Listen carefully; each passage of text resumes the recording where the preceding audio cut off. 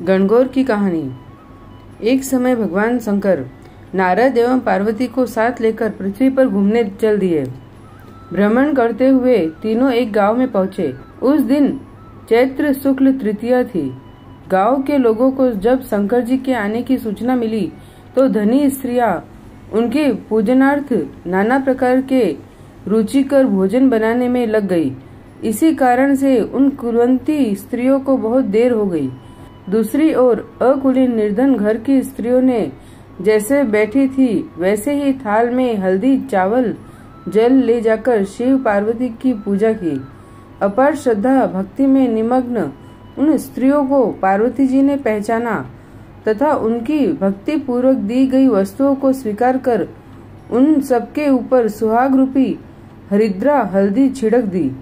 इस प्रकार मातेश्वरी गौरी से आशीर्वाद तथा मंगल कामनाएं प्राप्त कर वे स्त्रियां अपने अपने घर चली आई। तत्पश्चात कुलवंती स्त्रियां 16 श्रृंगार 56 प्रकार के व्यंजन सोने के थाल में सजाकर आई। तब भगवान शंकर ने शंका व्यक्त करते हुए कहा, पार्वती जी, तुमने तमाम सुहाग प्रसाद तो साधारण स्त्रियों को बांट दिया, अब इन सबको क्या दोगी? पार्वती जी ने कहा, आप उनकी बात छोड़ दे।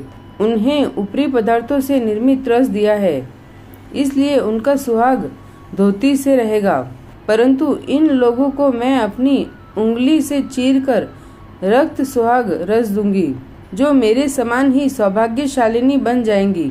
अस्तु, जब कुलीन स्त्रियां शिव पार्वती का पूजन कर चुकी तो देवी पार्वती ने अपनी उंगली चीरकर उनके रक्त को उनके ऊपर छिड़क दिया और कहा, तुम सब वस्त्राभरणों का परित्याग कर माया मेह से रहित हो तथा तन मन धन से पति सेवा करना, तुम्हें अखंड सौभाग्य की प्राप्ति होगी। भवानी का यह आशीर्वचन सुनकर तथा प्रणाम करके कुलीन स्त्रियां भी अपने अपने घर को लौट आई तथा पति परायणा बन गई। छिड़का खून जिसके ऊपर जैसा पड़ा था उसने वैसा ही सौभाग्य प्राप्त किया। इसके पश्चात पार्वती जी ने पति की आज्ञा से नदी में स्नान किया, बालू का महादेव बनाकर पूजन किया, भोग लगाया और प्रदक्षिणा करके 2 कणों का प्रसाद खाकर मस्तक पर टीका लगाया। उसी समय उस पार्थिव लिंग से शिवजी प्रकट हुए और पार्वती को वरदान दिया, आज के दिन जो स्त्री मेरा पूजन और तुम्हारा व्रत करेंगी उनके पति चिरंजीव रहेंगे और अंत में उन्हें मोक्ष मिलेगा। भगवान शिव यह वरदान देकर अंतर्ध्यान हो गए। तत्पश्चात पार्वती जी नदी तट से चलकर उस स्थान पर आई जहाँ पर पतिदेव तथा ऋषि प्रवर नारद को छोड़कर गई थी। शिव ने विलंब का कारण पूछा तो पार्वती जी ने उत्तर दिया, मेरे भाई भावज नदी के किनारे मिल गए थे। उन्होंने मुझसे दूध भात खाने तथा ठहरने का आग्रह किया, इसी कारण से मुझे आने में देर लग गई। ऐसा सुनकर अंतर्यामी भगवान शंकर स्वयं दूध भात खाने के लिए चल दिए। पार्वती जी ने जब समझा कि ढोल की पोल खुल जाएगी तो अधीर हो पति से प्रार्थना करती हुई शंकर जी के पीछे पीछे चली।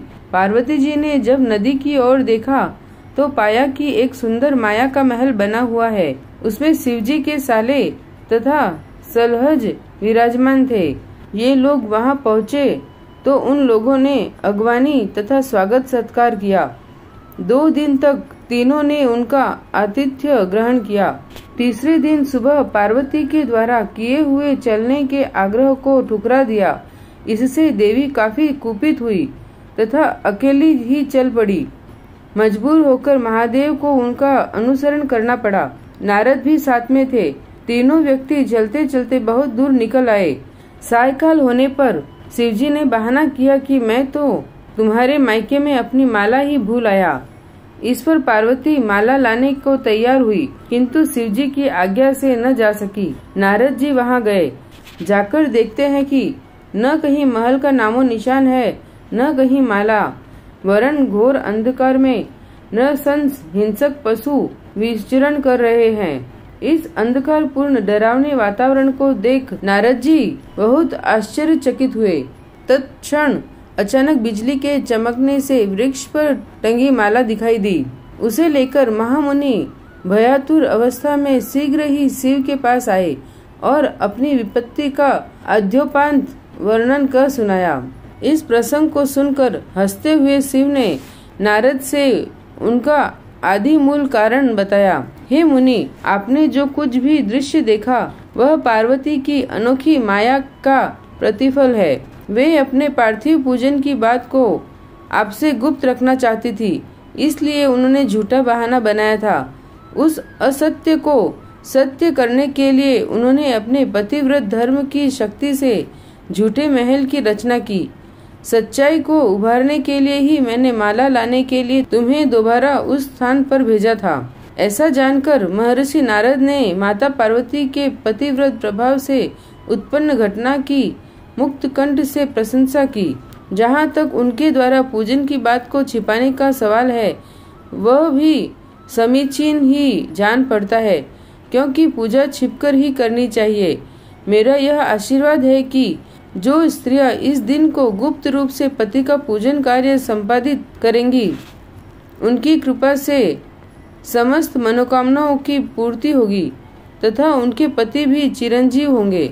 चूंकि पार्वती जी ने व्रत को छिपाकर किया था, उसी परंपरा के अनुसार आज भी पूजन के अवसर पर पुरुष उपस्थित नहीं रहते।